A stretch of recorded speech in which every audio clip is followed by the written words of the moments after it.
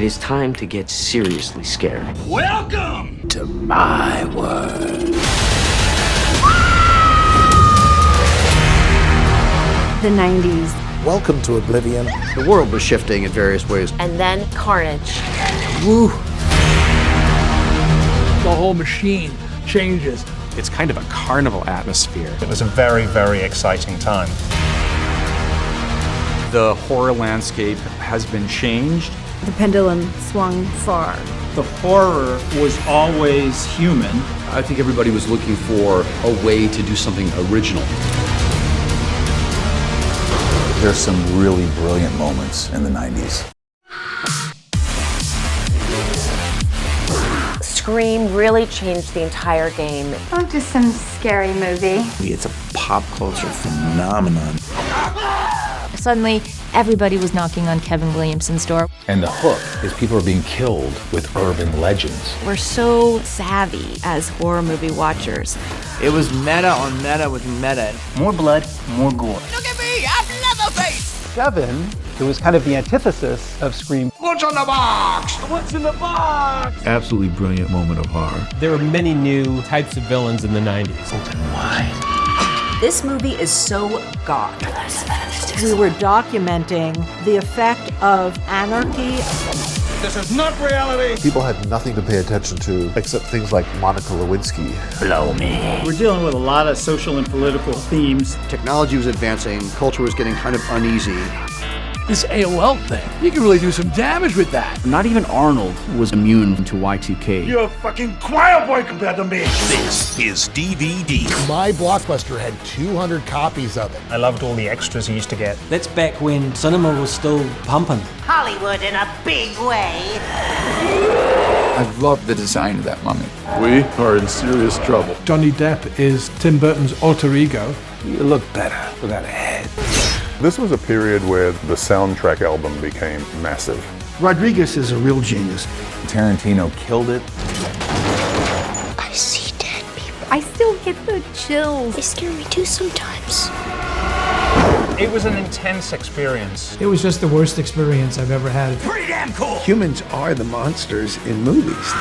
I love Demon Knight. Come on out, everybody. Time to play. Seriously?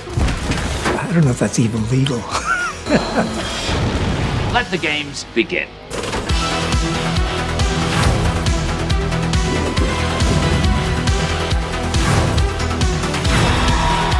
What if we took Stephen King and screamed it up a bit? Absolutely insane. Val Kilmer thought he was the reincarnation of Marlon Brando. We give you this hellaciousness. Now, I'm sure I'd be the first person to die in the cube. I wouldn't last a minute. Be careful what you wish for. The shit just hit the fan.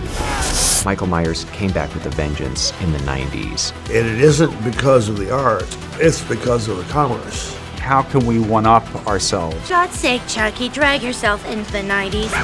More edgy, darker. You can't fault us for not being unique. Grinning and arching my eyebrows and being Jack. Outer space. They kept messing with the ending. Why are the Japanese making such dark films? The best haunted tape movie ever to come out ever. It took you to an absolute edge. Kitty, kitty, kitty. I'm scared to close my eyes. We had no idea that the movie was going to blow up. I bought this thing hook, line, and sinker. Such a 90s moment. Word. We are still talking about it. Maybe it was lightning in a bottle. You can find gold in the 90s.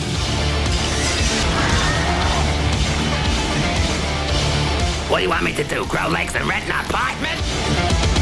Report to the principal's office.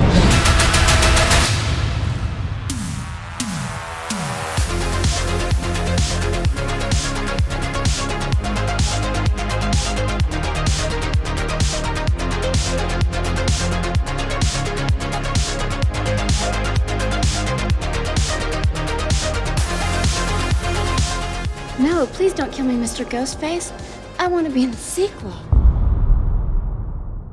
Hey, it's David Weiner, writer and director of In Search of Darkness, 1995 to 1999. Kind of gives me goosebumps to be in the same spot where I've interviewed some absolute horror legends. This is kind of a hallowed space. I think what's really cool about the In Search of Darkness movies is they're a time capsule. They're a time capsule of an era. I get to sit down with these folks who made these movies in the 90s and get the real stories of what it was like on the set, the triumphs, the challenges that they had. It's a struggle to make a movie. It's a miracle if a movie gets made. Horror movies that we love so much, there's a real story about how it got from inception over the line to distribution.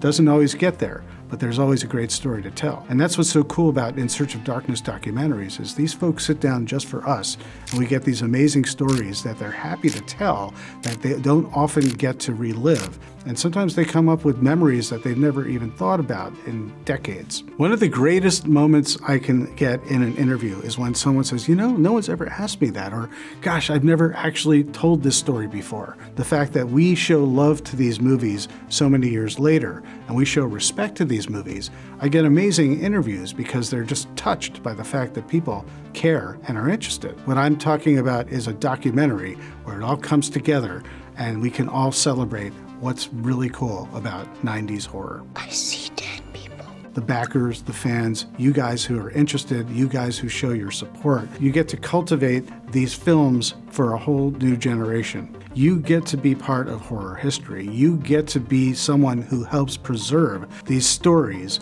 and these films for yourselves and for future generations to discover and to enjoy.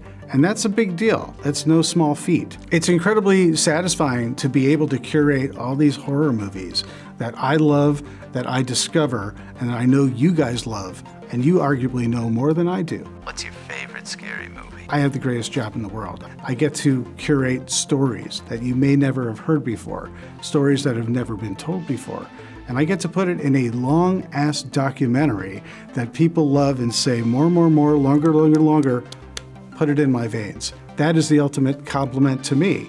And that drives me to make the most in-depth documentary that I can make. Can't wait to share it with everybody. Carnage, candy. Your core audience just expects it.